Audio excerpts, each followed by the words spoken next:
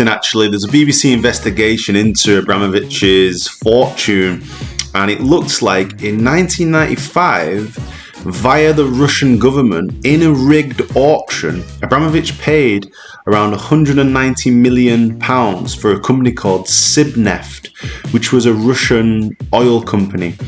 He then sold the same company back to the Russian government in 2005 for $13 billion. So his lawyer has denied the allegation, and he's denied that he's amassed any wealth through criminality. Obviously, he's been sanctioned, but that deal looks unbelievable. The Sibneft deal allegedly was also done via a corrupt payment, and he was being sued in London by his former business associate Boris Berezovsky in 2012. Abramovich actually won the case, but he described in court how the original Sibneft auction was rigged in his favour and how he gave Berezovsky £10 million to pay off Kremlin officials. BBC Panorama, which I think is a good programme, has obtained documents that it thought had been smuggled out of Russia. The confidential source gave the information to them.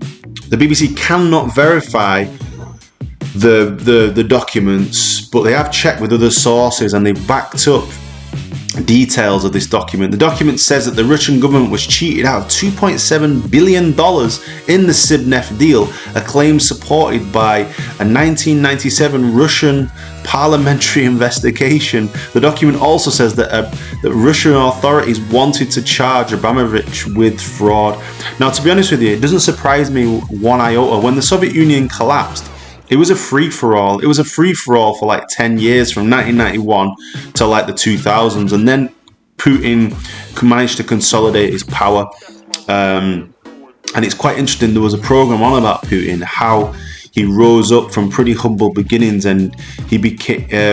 Boris Yeltsin was the Prime Minister of the Russian Federation after the Soviet Union's collapse. And Boris Yeltsin,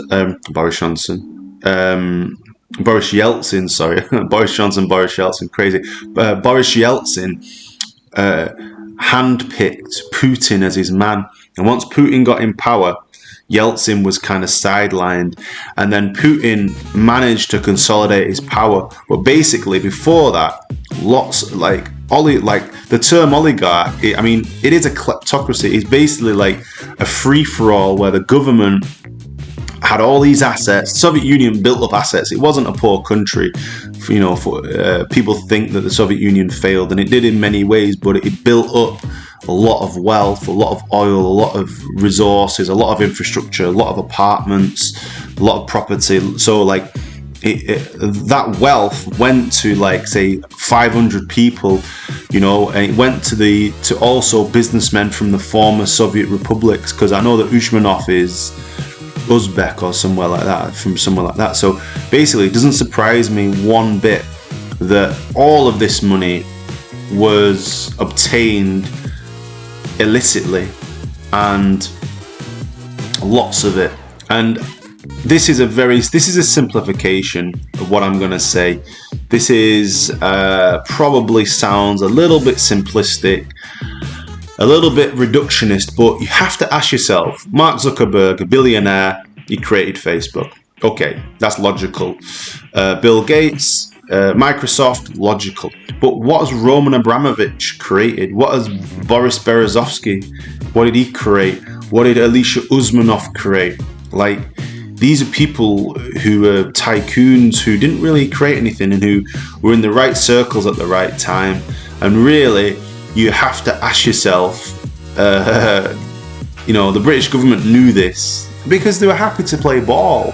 They were happy to take all this money. Fair enough, but then don't come out with the moral compunction. I have no issue with governments dealing with these tyrants, but don't come out with the moral bullshit. That's my only problem. But anyway, Abramovich, it looks like he's corrupt, allegedly. It can't be proved, but it looks like it. And Panorama, a pretty good program, nailing their hand to the mast. So let's see. It could be an interesting program to watch. But thanks a lot for watching.